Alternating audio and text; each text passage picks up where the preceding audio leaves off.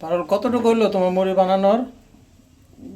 দেরি আছে। এই যে ঘুমনি সিদ্ধ করলাম, এই যে দেখো, ও মুড়িদা খাওয়ার জন্য। এই যে ঘুমনি, আবার এই যে বেগুন দেখছো, বেগুনি সোহানে পুরা আস্ত বেগুন বাইজা খাইব, মানে ওর কাছে বলে ভালো লাগে, একদিন বাইজা দিছি, হ্যাঁ। ওইটাই গেছে, ওর কাছে ভালো লাগতেছে। বাবারে বাপ, পুরো একটা আলাম বেগুন কেটে নিছো? দুইটা নিছে। আলাদা আলাদা না? না না না না, একটু একটু করে কাইটা দেখে, পাতলা পাতলা করে বাহ। কাইটা। ইউনিক রেসিপি তো তোমার।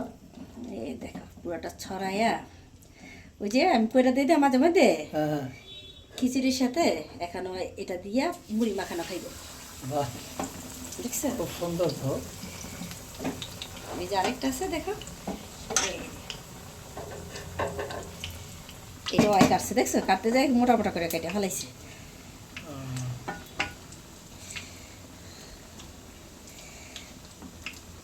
দেখ, তোমার রেসিপিগুলো খুব সুন্দর লাগে আমার কাছে। জানি না সবার কাছে কেমন লাগে।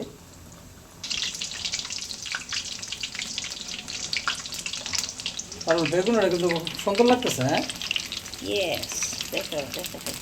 বাহ, তোমার সাথে থাকতে থাকতে কত কিছু দেখতেছি আমি। ভালো মন্দ তো খাইতেও পারতেছো, করতে পারি দেখে তো তো খাও। যাক, আলহামদুলিল্লাহ, সবার রিজিক এরকম হয় না। কেউ রাঁধে কেউ খাইতে পারে না।